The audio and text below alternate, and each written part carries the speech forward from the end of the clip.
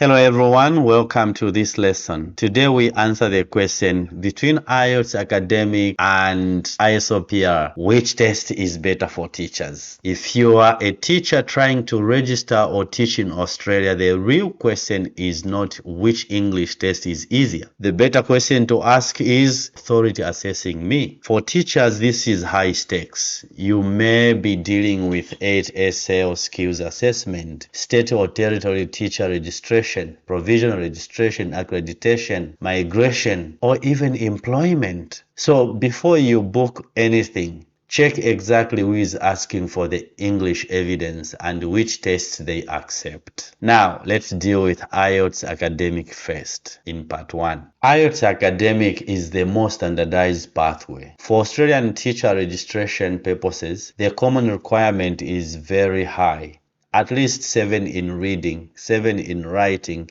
8 in listening, and 8 in speaking. Many teachers call this the 7788 rule. That means you are not just trying to prove basic English. You are actually trying to prove professional level English suitable for Australian classrooms, staff rooms, parent meetings, playground duty, behavior conversations, report writing, and even curriculum discussions. For teachers applying through 8SL for migration skills assessment, there is an additional warning. 8SL currently accepts academic IELTS for the English language test option. It does not accept ISLPR, PTE, TOEFL, Cambridge, or other English tests for that specific skills assessment pathway. That matters because migration skills assessment and teacher registration are related, but they are not the same process. IELTS Academic has 4 sections: listening, reading, writing, and speaking.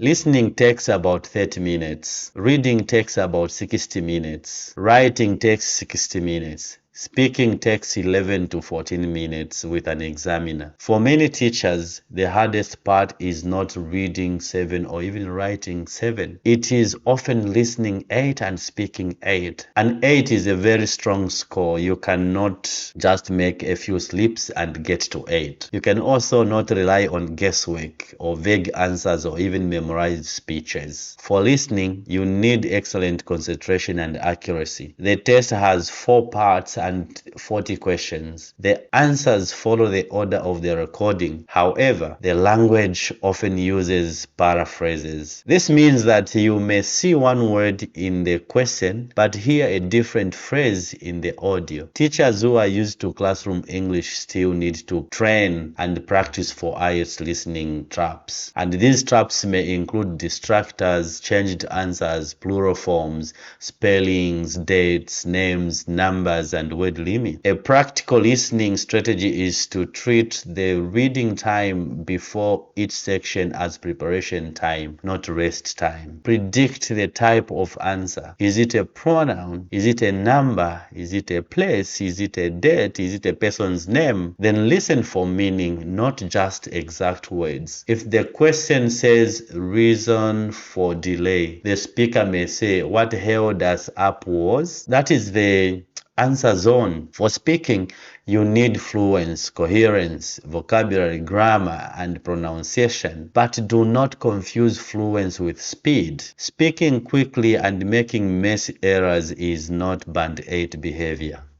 Band 8 speaking sounds controlled, developed, natural, and flexible. As a teacher, you already have an advantage if you are used to explaining ideas aloud to your classroom. Use that. It's your tool. But IELTS speaking is not a staff meeting. It has 3 parts. Part 1 asks familiar questions. Part 2 gives you a cue card and 1 minute to prepare a longer response. Part 3 moves into more abstract discussion. Your goal is to answer the question directly, extend naturally, and show range without sounding rehearsed. For example, if you are asked whether children should do homework, do not give a 1-sentence answer. Give a clear position, a reason, an example, and a qualification. You might say, I think homework can be useful, but only when it is purposeful. In my primary school, for instance, reading at home can build fluency and confidence. But length worksheets every night can become counterproductive, especially for children who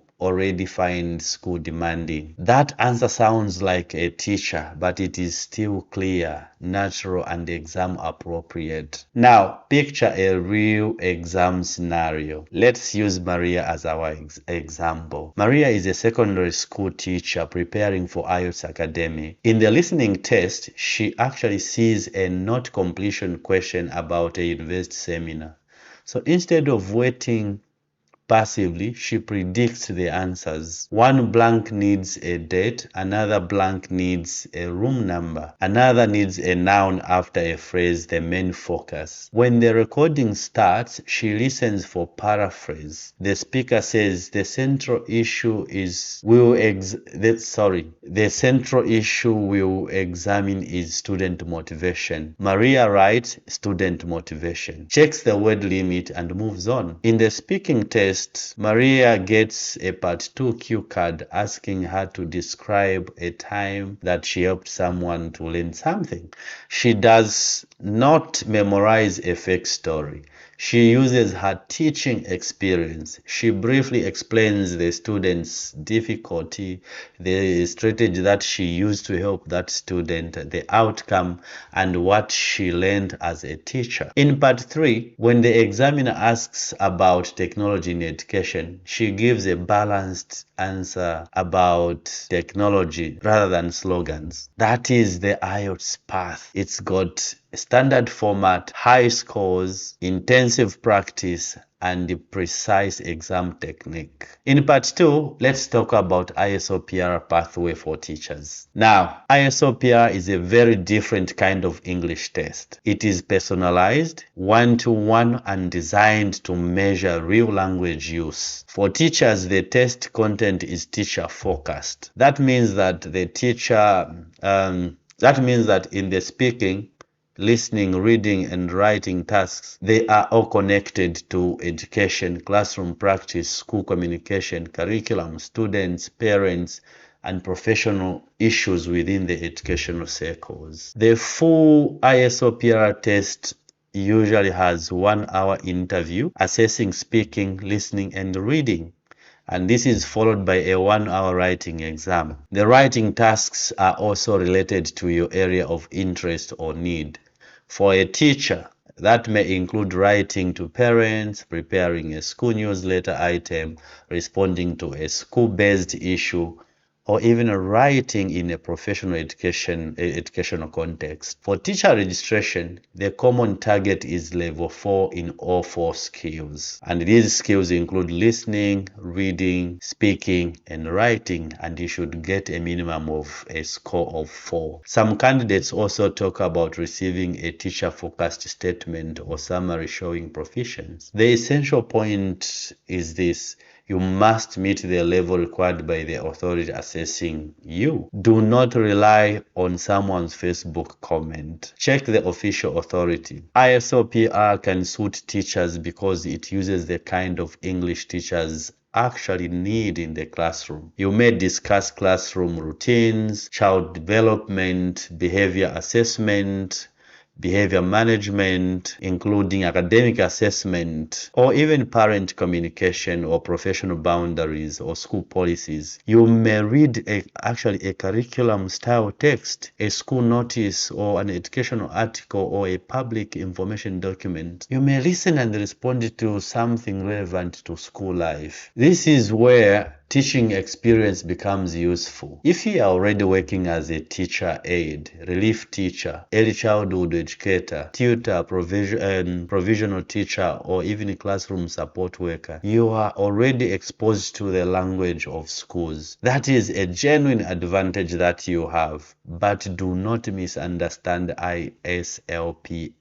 It is not a casual chat. It is not easier just because it is practical. If your grammar is weak, your vocabulary is limited, or your explanations are disorganized, the teacher-focused context will not save you. ISLPR is still assessing English proficiency across all 4 macro skills. The best preparation is not memorizing perfect answers. In fact, trying to guess tasks can backfire. You need to build flexible language. Practice explaining teaching decisions clearly. Practice discussing behavior support without sounding harsh. Practice talking about differentiation, student well-being, literacy, numeracy, assessment, classroom routines, and parent engagement. For ISLPR writing, practice real school texts. Write emails to parents. Write incident summaries. Write newsletter items. Write short professional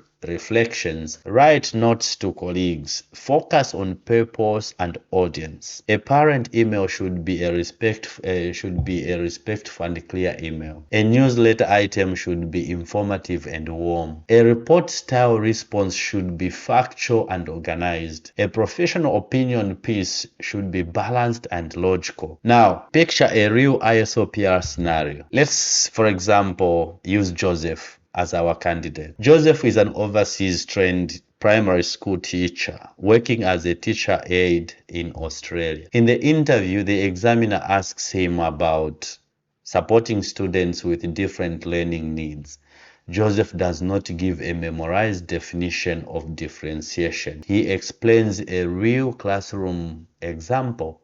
He says that in a Year 3 reading group, one student needed picture support, another student repeated reading, and the other one needed extension questions. He explains how the teacher adjusted the task while keeping the same learning intention. He uses practical teaching language, learning intention, success criteria, modeling, guided practice, visual support, behavior expectations, and feedback. You can see how he's relying on the terminologies that he's learned from his classroom. Later, Joseph reads a short school notice about an excursion and answers questions about key details. He does not simply repeat random sentences from that text he was reading. He shows comprehension by explaining who the notice is for, what parents need to do, and why the deadline matters. In the writing task, Joseph is asked to draft a short message to parents about helping children prepare for a class presentation.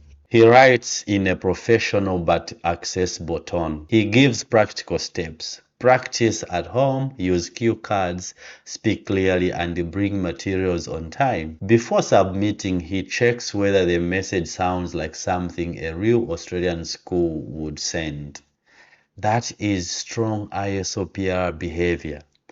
Practical, accurate, teacher-focused English used for real communication. In part 3 of this tutorial, let's talk about the verdict. Which test should you choose as a teacher? Here's the blunt answer. Neither test is automatically better. The better test is the one accepted for your exact pathway and suited to your strengths. Choose IELTS Academic if you need an 8SL migration skills assessment and you are using the English test option. Choose IELTS if your authority specifically asks for IELTS Academic. Choose IELTS if you like predictable exam structures, fixed questions, published practice materials, banned descriptors, model answers, and repeated practice under timed conditions. IELTS is a better fit if you are comfortable with academic reading, essay writing, and abstract discussion topics. If you can train systematically and perform well in a formal exam environment, IELTS gives you a clear target. Reading 7, writing 7, listening 8, speaking 8. When do we choose ISLPR? Choose ISLPR if your registration authority accepts teacher-focused ISLPR and you perform better in real-world professional contexts. Choose ISLPR if you are already working in a school or education setting and can confidently discuss teaching, learning, students, parents, curriculum, and classroom practice. ISLPR may suit you if you are stronger at natural explanation than formulaic essay writing. It may suit you if you can communicate professionally with parents, read school-related texts, write practical messages, and discuss educational issues in a clear, accurate way. But do not choose ISLPR because you think it is a shortcut. It is not. If your English is not yet professional teacher level, ISLPR will expose that quickly because the tasks require genuine communication. Here is the decision checklist. If your immediate goal is 8SL or AITSL, Migration Skills Assessment, IELTS Academic is usually the safer and required pathway. If your goal is state or territory teacher registration, just check whether your authority accepts IELTS Academic, Teacher Focused ISLPR, or both. I think all teacher registration bodies in Australia accepts ISLPR. If you are better with exam templates, timed practice tests, and predictable structures, choose IELTS.